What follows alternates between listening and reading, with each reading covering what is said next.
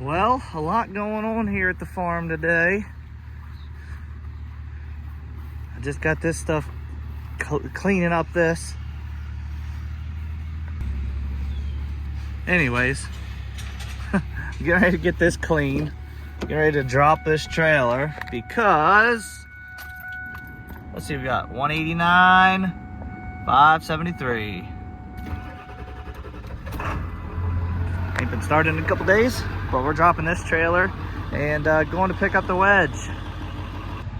Yeah, the wedge is sold. It has been sold for probably 2 weeks now. I've been in discussions with a guy. He's in the middle of trucks. He just does like buys and sells. He's an older gentleman. He has one of the trailers, the same trailer, but he like buys and sells. And he's in between trucks right now. I think he's waiting on his new truck to get here, and he asked me to deliver it. So I guess I'm gonna take it up on like Tuesday or Wednesday to him, but I want to get it back here, get all my personal stuff that's still in it out, and get it ready to drop off to him. I'm gonna give him a bunch of straps. The price included the ramps, which not so happy about, but I think I won't need them with the next trailer I'm going to be buying, which is going to be coming hopefully soon. I'm going to call them on Monday. I see they had one in stock online. I hope they still have it. So we're going to go pick up a new trailer for this new adventure we have. Obviously still trucking, but got a new semi-contract going on that I'm going to need just a different style trailer for, which you'll see in future videos. So today's Sunday. I didn't really plan on going to get this trailer, but I got some free time.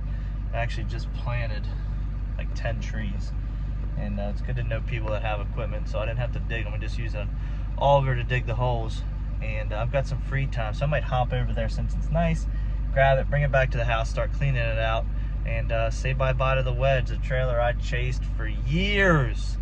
I'm finally gonna get rid of. Dang, I almost forgot I owned this truck and that trailer. Everything that doesn't get used is getting sold for stuff that can be used by me or somebody else. Well, I'm pretty sure our first load, they don't have much steel product here. Maybe some of these, although they're not tagged. Might be these three right here, because I do have, oh, here we go. Yep, let's see how many we get. I think 2 or 3 of these. Now, this being a local haul, it's only about 96 miles, I think is what it is. It's kind of a thing I try to figure up on a hourly rate. I usually don't charge them to go there to pick up, but it would be like an hourly rate from there back to from delivery back to my house to try to make sense. But today for me, I am delivering these and then running straight back there, so another 92 miles straight back to pick up another load that's going to end up going a little farther up into New York. So kind of getting these guys caught up. As you saw, they didn't have much on their lot left to ship, but these have been on the schedule for about 2 weeks now. Well, my least favorite part of the job, rolling up straps. Made it to delivery. You can see they've got a lot of boxes, not from the same manufacturer. It's snow plows. They're putting plows on trucks. We're going into summer. All kinds of stuff. Salt spreaders, big trucks, small trucks, propane trucks, anything and everything. Well, I sure hate coming through this town.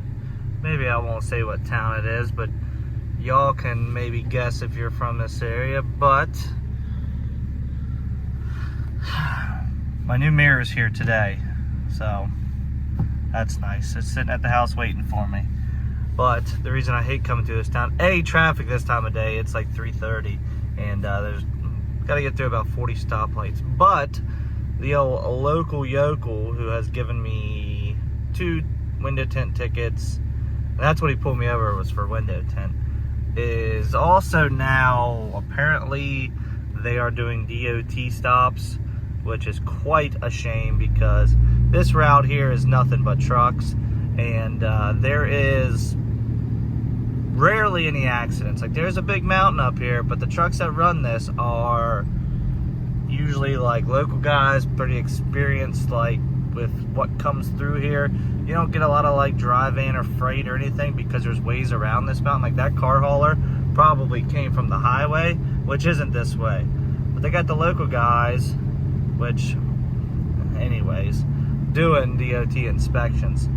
There's a pull out up here on top of the mountain that they'll pull people over in and do an inspection, and it's kind of disheartening because the company that owns that lot is a massive transport company, and I don't know if they are allowing them to do that or they're just taking it upon themselves to use their lot. But I wouldn't think the owners of that company would let that happen, because they've got, you know, not 1, 2, or 10 trucks. They got 100 trucks running in and out of this road on a daily basis.